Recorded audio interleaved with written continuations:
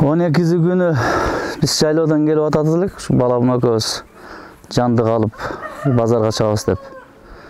Келип атсак жамгыр жаап калды, ошо үйдүн бир үйдүн жанына келгенде. Анан каты жаа берди эле, ошол жерден өтүп кетип анан кайта кайрылабыз деп үйгө кайрылып кирдик. Үйгө кайрылып кирсек, ошо аял бар экен, эже кел деп чай берди.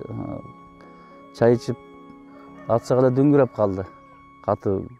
Аны мен айттым, бери сәл коопсузураак окшойт го, сайдын жээгинде экен. Чыгып кетели десем, берден сел келбейт, бияктан өтө берет деп калышты. Анан эле андай неме боло турбосо, мал айдап келатмын, ошо малын карап кой. Мына жерде өтүктүрү кийип ал деп ошентти эле эже.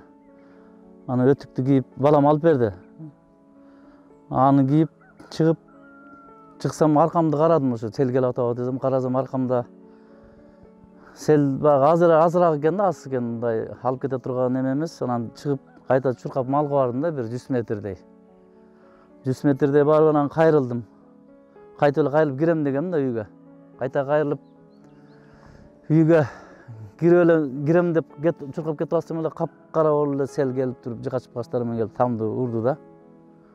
Урганда эле кыйкырдым, чыккыла, эми өлдү деп эле калдым, башка немем жок да. Келме айтып эле кала бердим, ошомончо 3 секундга жетпей там жарылып кетип үрдү да.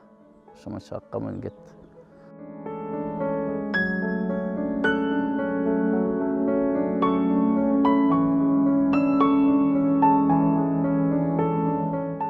Табигыйдын эмеси экен. Айла жок, ошол. Балам эми бой жетип калды эле. Колго кош болуп калды эле. Кудайдан тилеп алган балам эле. Ошол табигыйдын эмеси айла турук.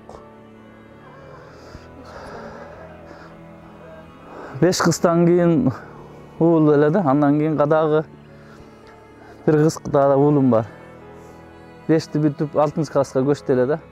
Ошо күнү кечинде түндө табышты, ошо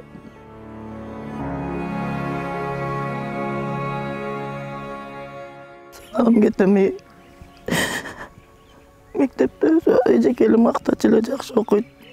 Мен өзү дагы турпаты да оор, бейбашы жок, жүрүш турушу оор, жакшы дешчи эле.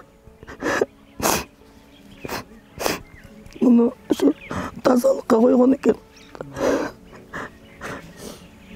Тазалыкка коюп, таза жүрчү эле, өзү дагы өзүн карап калды эле да.